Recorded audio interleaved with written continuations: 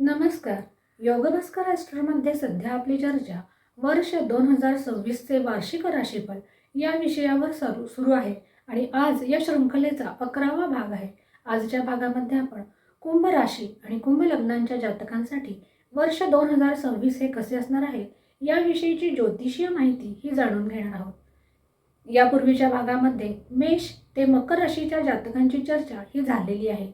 आजच्या भागामध्ये कुंभ राशी आणि कुंभ लग्नांच्या जातकांची चर्चा असणार आहे. हे राशीफल आपल्या चंद्र राशीवर आधारित आहे. ज्यांना आपले चंद्र रास माहीत नाही अशांनी हे राशीफल आपल्या नामराशीनुसार पाहावे आणि फलादेशाच्या अचूकतेसाठी हे राशीफल आपली चंद्र राशी आणि आपली लग्न राशी या दोन्हीनुसार पाहावे आणि अंतिमतः एकत्रितपणे आपला निर्णय घ्यावा. कारण लग्न कुंडली आणि चंद्रकुंडली दोन्ही कुंडल्या सारख्याच महत्त्वाच्या असतात. वार्षिक राशीफलाचा विचार करत असताना यामध्ये गुरु, शनी आणि राहू केतू या ग्रहांचा विचार केला जातो. कारण हे ग्रह एका राशीमध्ये दीर्घकाल वास्तव्यासाठी असतात आणि त्यामुळे यांचे परिणाम हे सुद्धा जातकावर दीर्घकाळ टिकणारे असेच असतात आणि म्हणून येथे वार्षिक फलाचा विचार करताना या ग्रहांचा आधार घेतलेला आहे. ग्रहांची स्थिती सुद्धा थोडक्यामध्ये पाहून घेऊया. गुरु ग्रह सध्या अतिचार गतीमध्ये आहे आणि वर्षाच्या सुरुवातीला म्हणजे जानेवारी 2026 ते 1 जून 2026 पर्यंत हा गुरु मिथुन राशीमध्ये आपले वास्तव्य करणार आहे आणि तुमच्यासाठी तो पंचम भावामध्ये असणार आहे. त्यानंतर पुन्हा एकदा 1 जून 2026 रोजी हा गुरु आपल्या अतिचारी गतीमुळे पुढील राशीमध्ये म्हणजेच कर्क राशीमध्ये प्रवेश करेल. कर्क ही गुरुची उच्च रास आहे आणि त्यावेळेस तो तुमच्यासाठी षष्ठ भावामध्ये येणार आहे आणि त्यानंतर पुन्हा एकदा 31 ऑक्टोबर 2026 रोजी हा गुरु राशी परिवर्तन करेल आणि यावेळेला तो सिंह राशीमध्ये मार्गक्रमण करेल आणि तुमच्यासाठी तो सप्तम भावातून आपले गोचरीचे भ्रमण करणार आहे. एकंदरीत संपूर्ण वर्षभरामध्ये हा गुरु 3 वेळा आपले राशी परिवर्तन करणार आहे. त्यामुळे वर्षाची विभागणी ही 3 टप्प्यामध्ये केलेली आहे आणि त्यानुसार फलादेश हा वर्तवलेला आहे. तर शनी हा ग्रह संपूर्ण वर्षभर मीन राशीमध्येच असणार आहे आणि कुंभ राशीच्या जातकांसाठी तो द्वितीय भावात असणार आहे. द्वितीय भावात असलेल्या या शनीची दृष्टी तुमच्यासाठी चतुर्थ भावावर, अष्टम भावावर आणि त्यानंतर कर्म भावावर असणार आहे.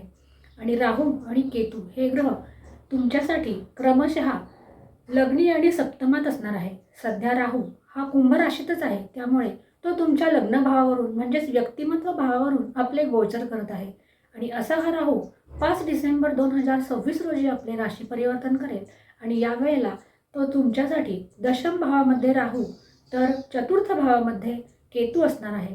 कारण राहूची चाल ही उलटी असते. कुंभ राशीच्या जातकांचा विचार करता कुंभ राशीची जातकांसाठी 7.5चा शेवटचा टप्पा ही राशीचे जातक सध्या अनुभवत आहे. कुंभ राशी शनीची मूल त्रिकोण राशी आहे. कुंभ राशीचे जातक बुद्धिमान असतात, तार्किक विचार करणारे असतात. त्यांचा स्वभाव हा दार्शनिक असतो. गंभीर विचार करणारे, एखाद्या गोष्टीकडे एका वेगळ्या दृष्टिकोनातून पाहण्याचे अशी त्यांची सवय असते. काही वेळा कुंभ राशीचे जातक हे भावनिकदृष्ट्या संवेदन असलेले सुद्धा दिसून येतात. अशा कुंभ राशीच्या जातकांसाठी हे वर्ष कसे असणार आहे याची ही थोडक्यात माहिती असणार आहे. आर्थिकदृष्ट्या विचार करता कुंभ राशीच्या जातकांनी नियोजनबद्ध काम करणे हे गरजेचे असणार आहे. कारण शनी जसा तुमच्यासाठी लग्नेश आहे तसाच तो व्ययशही आहे आणि व्ययशाचे द्वितीय भावातून म्हणजे धनभावातून गोचर हे संपूर्ण वर्षभर असणार आहे. व्ययभावाचे द्वितीय भावातून जेव्हा गोचर होते त्यावेळेला विनाकारण खर्च होणे, त्याचबरोबर पैशाची कमतरता भासणे अशासारख्या गोष्टी तुम्हाला सतावू शकतात आणि त्यामुळे आर्थिक नियोजन तुमच्यासाठी अत्यंत महत्त्वाचे असणार आहे. जर मोठी इन्व्हेस्टमेंट करणार असाल तर ती सुद्धा तुम्ही सावधतेने केली पाहिजे. खर्च हे वाढताना दिसत आहेत, त्यामुळे बचत करण्याकडे तुम्ही तुमचा कल ठेवला पाहिजे आणि त्याचबरोबर खर्च करताना विचारपूर्वक तो खर्च केला पाहिजे. आर्थिक निर्णय घेताना त्यामध्ये तुम्ही अत्यंत सावधानता बाळगणे हे गरजेचे असणार आहे. कोणत्याही प्रकारच्या प्रलोभनाला तुम्ही बळी पडू नका. कारण राहू तुमच्यासाठी 5 डिसेंबर 2026 पर्यंत लग्नी असणार आहे. मार्च एप्रिल 2026 हा कालखंड आर्थिक गोष्टी व्यवस्थितरित्या पूर्ण करण्यासाठी तुम्ही योग्य ते मार्गक्रमण करण्यास तुमच्यासाठी अनुकूल असणार आहे. कर्जातून मुक्ती मिळवण्यासाठी ज्या वेळेला 1 जून 2026 रोजी गुरु हा तुमच्यासाठी षष्ठ भावात येईल, त्यावेळेला कर्जमुक्तीचे योग तुमच्यासाठी येणार आहे. जून ते ऑक्टोबर 2026 पर्यंत नियोजनपूर्वक काम करणे हे तुमच्यासाठी गरजेचे असणार आहे. आणि या कालखंडामध्ये आर्थिक मिळकतीसाठी कोणत्याही प्रकारच्या शॉर्टकटचा वापर हा तुम्ही करू नये. कुटुंबाचा विचार करता कुटुंबामध्ये एकमेकांचे विचार समजून घेणे हे तुमच्यासाठी गरजेचे असणार आहे. गृहकलहाची शक्यता या वर्षामध्ये तुमच्यासाठी दिसून येत आहे, कारण द्वितीय भावातील शनीची दृष्टी ही तुमच्यासाठी चतुर्थ भावावर पडत आहे. चतुर्थ भाव हा सुखाचा, वाहन, वास्तू, त्याचबरोबर मातृसुखाचा भाव आहे आणि त्यामुळे घरामध्ये कलह होण्याची शक्यता आहे आणि त्यावर तुम्हाला नियंत्रण ठेवता आले पाहिजे. आपली वाणी ही सुद्धा तुम्ही मधुर ठेवली पाहिजे, कारण द्वितीय स्थान हा वाणीचा सुद्धा भाव आहे आणि येथे शनी हा पापग्रह आहे. त्यामुळे आपल्या वाणीचा वापर करताना अत्यंत विचारपूर्वक केला पाहिजे. तुम्ही चांगलेही बोलाल आणि वाईटही शब्द हे तुमच्या तोंडून येऊ शकतात आणि म्हणूनच शब्दांचे योग्य मूल्यमापन करणे हे अत्यंत गरजेचे आहे. अयोग्य शब्द तुमच्यासाठी हानिकारक ठरू शकतात. त्याचबरोबर या संपूर्ण वर्षामध्ये तुम्हाला तुमच्या मातृविषयक स्वास्थ्याची काळजी घेणे हे सुद्धा अत्यंत गरजेचे असणार आहे, कारण चतुर्थ भावावरून मातृसौख्याचा विचार केला जातो आणि यावर शनीची तिसरी दृष्टी असणार आहे. व्यापाराचा विचार करता जून ते ऑक्टोबर 2026 पर्यंतचा कालखंड तुमच्यासाठी सकारात्मक परिवर्तनाचा असणार आहे, कारण या कालखंडामध्ये तुमच्यासाठी गुरुग्रह उच्च राशीमध्ये असून तो तुमच्यासाठी षष्ठ भावात असणार आहे. षष्ठ भाव हा दशमाचे भाग्यस्थान आहे आणि म्हणून व्यापारासाठी हा कालखंड चांगला असणार आहे. भागीदारीत सुद्धा हे संपूर्ण वर्षभर चांगले असणार आहे. तरीसुद्धा स्पष्ट संवाद असणे, त्याचबरोबर सर्व कागदपत्रांची योग्य ती पूर्तता करणे हे तुमच्यासाठी महत्त्वाचे असणार आहे, कारण सप्तम भाव हा दाम्पत्याचा भाव आहे आणि त्याच्यावर राहूची 7वी दृष्टी असणार आहे. दाम्पत्य भाव जसा आहे तसाच तो भागीदारीचा सुद्धा भाव आहे आणि म्हणूनच भागीदारी करताना तुम्ही सांभाळून घेतली पाहिजे. नोकरीचा विचार करता या कालखंडात प्रतिस्पर्धा ही नोकरीच्या ठिकाणी ही असणार आहे. वादविवादाची शक्यता ही सुद्धा नाकारता येत नाही. कामाचा अधिक ताण हा तुमच्यावर पडताना दिसत आहे. कार्यक्षेत्रामध्ये छोट्या मोठ्या अडचणी येण्याची शक्यता ही वर्तवत आहे, कारण शनीची 10वी दृष्टी तुमच्यासाठी लाभभावावर पडणार आहे आणि म्हणूनच तुम्हाला नोकरीत सुद्धा व्यवस्थित राहणे हे तुमच्यासाठी गरजेचे असणार आहे. परंतु नवीन शिकण्यासाठी हा कालखंड चांगला असणार आहे. तुमचे शिक्षण हे तुमचे भविष्य उज्ज्वल घडवू शकतो, हे तुम्ही हे संपूर्ण वर्षभर लक्षात ठेवले पाहिजे. ऑक्टोबर 2026 पासून गुरु जेव्हा सप्तम भावात येईल, त्यावेळेला ज्यांना विवाहाची इच्छा आहे अशा नवविवाहित तरुण तरुणींचे विवाह या कालखंडात घडून येऊ शकतात.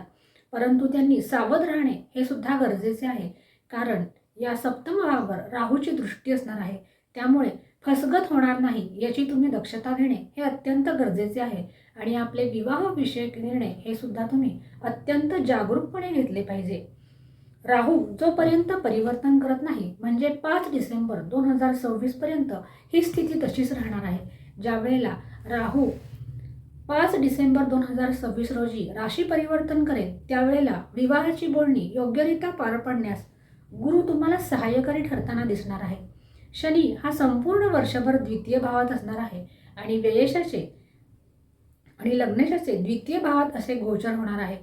लग्नी राहू वर्षभर 5 डिसेंबर 2026 पर्यंत असणार आहे, म्हणजे जवळजवळ वर्षभरच असणार आहे आणि म्हणून कोणत्याही प्रकारच्या फसगतीपासून तुम्ही स्वतःला दूर ठेवले पाहिजे आणि म्हणून कागदपत्रांची पूर्तता करताना तुम्ही योग्य ती खबरदारी घेणे तुमच्याकडून अपेक्षित असणार आहे.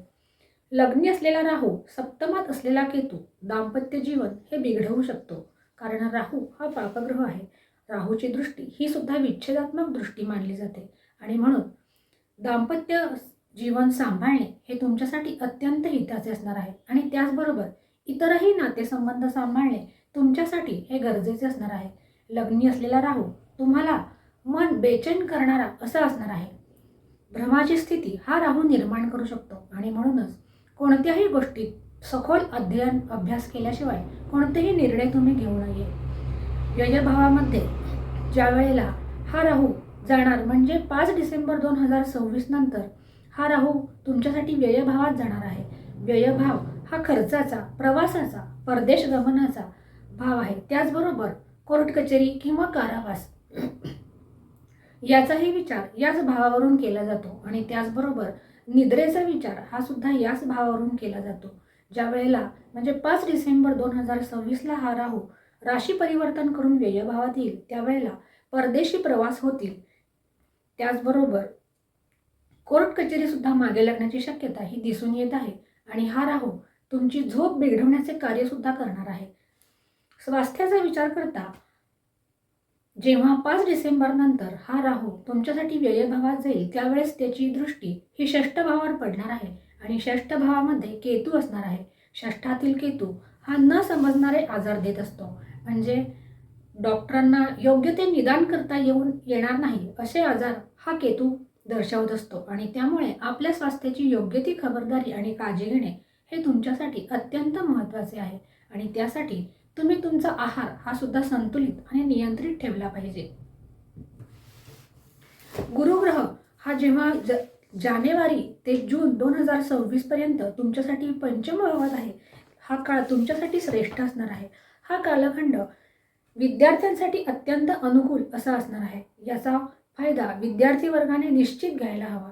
त्याचबरोबर याच भावावरून प्रेमी जीवनाचा, त्याचबरोबर तुमच्या संततीचा सुद्धा विचार केला जातो. म्हणून जानेवारी 2026 ते 1 जून 2026 पर्यंतचा कालखंड विद्यार्थी वर्ग, त्याचबरोबर प्रेमीजन आणि ज्यांना संततीची कामना आहे अशा दाम्पत्यासाठी हा चांगला असणार आहे. त्यानंतर गुरु जेव्हा राशी परिवर्तन करून षष्ठ भावात 1 जून 2026 रोजी येईल, तेव्हा तो तुमच्यासाठी षष्ठ भावात असणार आहे.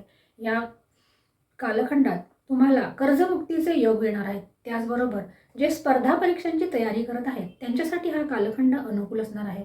तुम्हाला या कालखंडात म्हणजे 1 जून 2026 ते 31 ऑक्टोबर 2026 पर्यंत अपेक्षित यश मिळण्याची संभावना ही दिसून येत आहे. आणि त्यानंतर 31 ऑक्टोबर 2026 रोजी हा गुरु पुन्हा एकदा राशी परिवर्तन करेल आणि तुमच्यासाठी तो सप्तम भावातून आपले गोचरीचे भ्रमण करेल. आणि हा कालखंड तुमच्या विवाहाचा, दाम्पत्याचा, भागीदारीचा भाव असणार आहे. त्यामुळे राहूची जरी त्याच्यावर दृष्टी असली तरी सुद्धा त्यात काहीशी वाईट फळांमध्ये कमतरता होणार आहे. कारण येथे गुरु हा शुभ फलदेय ठरणार आहे. आणि म्हणूनच अविवाहितांचे विवाह जमवण्यास हा कालखंड अनुकूल असणार आहे. आणि तरीसुद्धा त्यांनी योग्य ती सावधानता ही बाळगलीच पाहिजे. राहूची दृष्टी सप्तम भावावर आहे हे त्यांनी विसरून चालणार नाही. 5 डिसेंबर 2026 नंतर ज्या वेळेला राहू परिवर्तन करेल, त्यावेळेला ज्यांना प्रेमाचे रूपांतर विवाहात करण्याची इच्छा आहे त्यांच्यासाठी, त्याचबरोबर ज्या अविवाहितांचे विवाह जुळून येत नाही त्यांचे विवाह जमून येण्यासाठी आणि दाम्पत्य जीवनातील जर काही कुरबुरी असतील तर त्या मिटण्यासाठी हा कालखंड हा चांगला असणार आहे. उपाय म्हणून कुंभ रास आणि कुंभ लग्नांच्या जातकांनी संपूर्ण वर्षभर मारुतीची उपासना करणे त्यांच्यासाठी श्रेयस्कर असणार आहे. कारण कुंभ राशीच्या जातकांना 7.5चा शेवटचा टप्पा असणार आहे. त्याचबरोबर गरिबांना अन्नदान करणे, वस्त्रदान करणे याही गोष्टींचा जर तुम्ही अवलंब केला तर तुम्हाला हे संपूर्ण वर्षभर सुखकारकरित्या व्यतीत होण्यास अडचणी येणार नाही. 7.5चा हा शेवटचा टप्पा आहे. 7.5 ही शिकवायला येत असते. शनी हा तुमच्या चुका सुधारण्यासाठी हा कालखंड तुमच्यासाठी देत असतो. आणि म्हणून तुम्ही सतर्क राहा, तुमच्या चुकांवर मात करा आणि पाठीमागे घडलेल्या चुका ह्या दुरुस्त करा. त्यामुळे 7.5चा हा शेवटचा टप्पा तुम्हाला सुद्धा शुभ फलदायी ठरण्यास ही मदत मिळणार आहे. अशा रीतीने आज आपण कुंभ रास आणि कुंभ लग्नांच्या जातकांसाठीचे वर्ष 2026चे राशीफल हे पाहिलेले आहे. अशाच प्रकारच्या नवनवीन ज्योतिषीय आणि धार्मिक विषयांच्या खात्रीशीर माहितीसाठी चॅनलला लाईक आणि सबस्क्राईब नक्की करा. पुन्हा भेटूया मीन राशीच्या जातकांची चर्चा घेऊन. तोपर्यंत नमस्कार.